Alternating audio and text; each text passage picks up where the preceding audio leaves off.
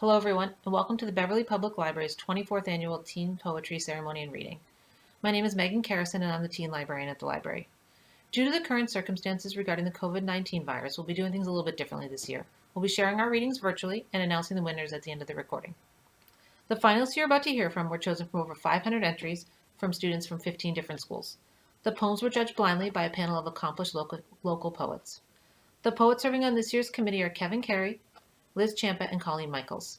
Kevin is the coordinator of creating writing at Salem State University, whose latest book of poetry, titled Set in Stone, was published just this month. Liz is a founder of the Winter Street Writers Group. Her work has been published in Boston Literary Magazine, Wilderness House Review, Prodigal's Chair, and 2 collections of poems. Colleen directs the writing studio at Montserrat College of the Art, and her poems have appeared in publications such as Barrel House and Cider Press Review. You can read more about each of them on the final page of the attached program. They were generous to donate many hours of their time to read through all the submissions and select these finalists. Having published poets perform the judging process makes this contest infinitely stronger, and we cannot thank them enough. I would also like to thank all of the parents, teachers, and school librarians who encourage their students to enter, my colleague Joan Nelson, who donates the first place prize money in honor of her son Alec, and the Friends of the Beverly Public Library, who fund all the other prizes. Without further ado, let's move on to the poems. We'll be hearing from the poets in alphabetical order. The Escape by Wyatt Benchoff. An hour till dawn. Struggling to keep up, Ruby stopped to hear from the perimeter of mulching, to the songs of the dark, tired hearts and sweaty cheeks. The Escape of Hitler Youth. First Date by Max Clarke, not based on a true event. I arrived at the restaurant and you weren't here, so I sat down, all filled up with fear.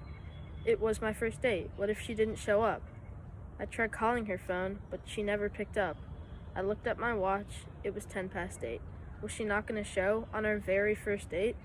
I ordered a drink and ate all the bread. Was she flaking on me, or perhaps she was dead? I twiddled my thumbs and I played with my fork. I was just so embarrassed and felt like a dork. My waiter came by with a plate full of meat and said, "I see your date never came, so this one's my treat." I ate my free meal, but did not give up hope. Half my brain stayed positive, but the other half said, nope. I waited and waited and waited some more, until I fell asleep and started to snore. I was awoken at midnight and told to get out. I entered my car and started my route. You never came, you never showed up. I sat there for hours and you stood me up. I then checked my phone and saw a text from you, saying your grandmother died and your dog did too. This may sound awful, but I was glad. You didn't stand me up, you were just kind of sad. This night was actually kind of the best. I ate for free and got lots of rest. I then decided to make a quick stop. I picked up some flowers at the only open shop. I drove to her house and knocked on the door. Her grandmother opened it and I said, "These are for..." Now wait a minute, I thought you were dead. And then I looked down and saw her dog Fred. I then spotted her sitting on the couch watching TV. "What, you lied to me? What the heck, Bethany?" She said, "It's not what it looks like. I can explain." I slammed the door and drove home in the rain. Well, I think I just had the worst first date ever. I guess I just may be single forever. A Winter Sonnet by Sienna Cullem. It hurts to look up at the sun-bright sky as the cold winds turn your face to ice. To the ardent colors of autumn, goodbye. Snug in my house, I share my space with mice.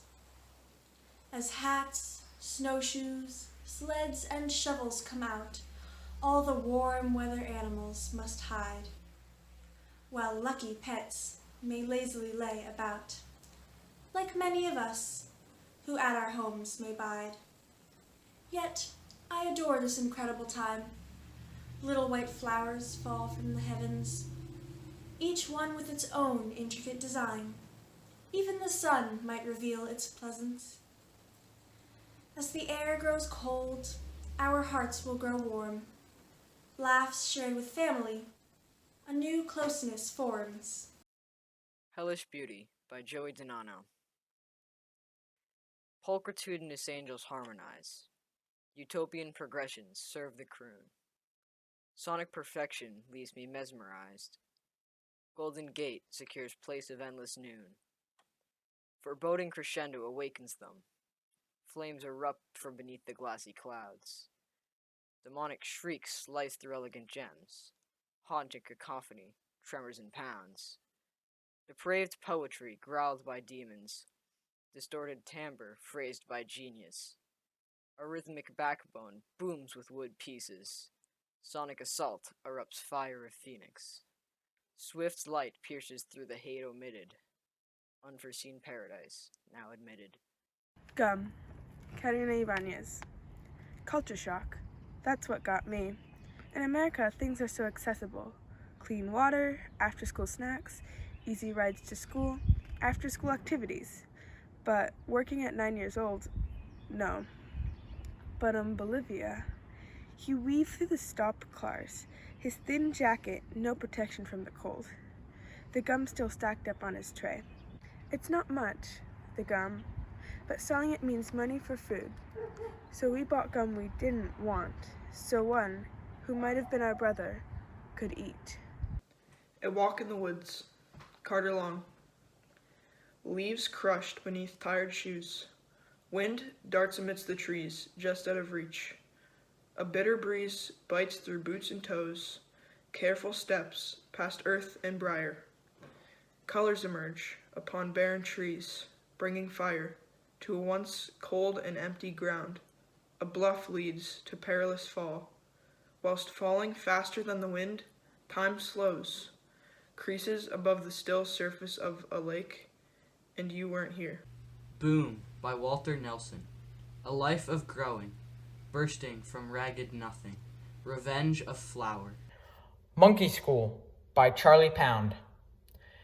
An angry ape ate apples as an aardvark advances. Ben's bear beats Bob's beautiful barley. Chintzy chihuahuas chew chalky charcoal. Deers don't do discos downtown. Even elephants eat enchiladas. Every elephant exclaims, ew. Fried fish flirt forbiddingly for 4 flamingos. Good goblins gobble greatly, given great green grapes. Horrible humans hate hysteric hamsters hourly. Iguanas imagine images inside inner injury. Joyful joeys jump, jackals joke jovially. Kind kangaroos kill koalas keenly, keeping kitchen knives. Loser llamas leave Leicester, largely leaping leaders. Most mongooses mock magically mastered magpies. Nebraskan nerds nearly never meet noodles. Open otters operate on obedient ostriches. Purring panthers pet posing people. Queen quail quest queerly quick. Real rabbits retch really red roses. Snakes slither slowly, squeezing spinach soup. Terrible T-Rex turns teal when timid turtles tap tones. Ugh, under ugly ultraviolet, unknown urns unfold. Very vicious vultures venerate veal. Wednesday's wet weasels went way west. Xenic xylophones X-ray Xerox. Yellow yogurt yelps yodeling yaks. Zebra zero zen zippers zap zilch. A big chewy dog eats fried, gurgly, hairy ice, joking kindly like many needy orcas. Presently, Quinn vigorously shakes Terrence until very wet xeriffs yelp zealously. Thank you.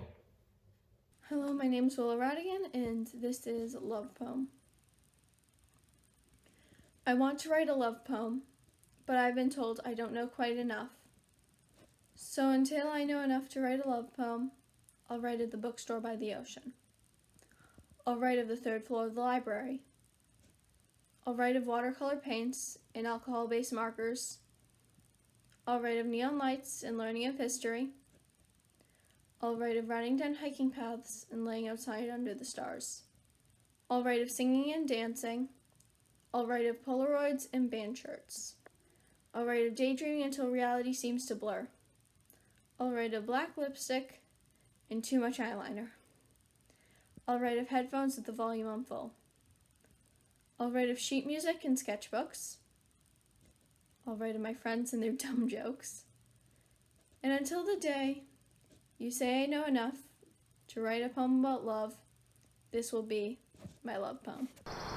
My name is Elsa Reulet, and the name of my poem is People. Bullied, bruised, troubled by their superiors. Bully, bruise, trouble their inferiors.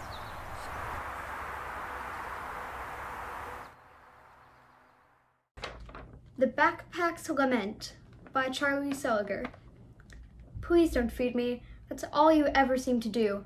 Until my zippers hurt and I can't be lifted an inch off the ground. You cleaned me last week, remember? It wasn't enough. Why do you insist on keeping every sketch? Do you really need 5 drawings of Anne's shoes? I wish I could go back to the LL Bean store when I was slim and fit. Then you just had to buy me. Why didn't you choose the cool green one? I don't try to make your homework disappear. It's not my fault. You crumpled it up and stuffed it in the bottom of me. Now it's rubbing against my insides and it's so itchy. By the way, if you don't stop letting your water bottle leak all over me, I will go on strike. I hope you don't mind me actually hiding your homework. Look what I found in me.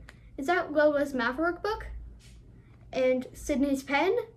You're only one person, you know. Next time you hoard 5 million pencils in my stomach, please break the tips. They're very sharp. Also, I would like some salt on them. Graphite is quite bland. Since you always listen to the Hamilton soundtrack, I will conclude my complaint here. I have the honor to be your obedient backpack. A. Backpack. Crimson Tears by Zack Weber. On the 5th of October, my ears rang. Pops and bangs struck the dark autumn sky. I thought nothing of it, a miscue somewhere about the city. But on 16th Street, one could only hope for fireworks. Crimson tears matched the leaves. Congratulations to all our amazing poets. I'd now like to announce the winners of the middle school division. Honorable mention in no particular order. Wyatt Benchoff for The Escape. Carter Long for A Walk in the Woods. Benjamin O'Connor for Where I'm From. Sienna Cullem for A Winter Sonnet. Charlie Pound for Monkey School. Max Clarke for First Date. Walter Nelson for Boom. Elodie Lapointe for Nothing But Dreams. Willa Rattigan for Love Poem. Charlie Seliger for The Backpack's Lament. And Joey DiNanno for Hellish Beauty. And in third place, Elsa Reulet for People. In second place, Zack Weber for Crimson Tears. And our first place winner is Katerine Ibáñez for Gum. Thank you so much for joining us, and I hope to see you next year in person.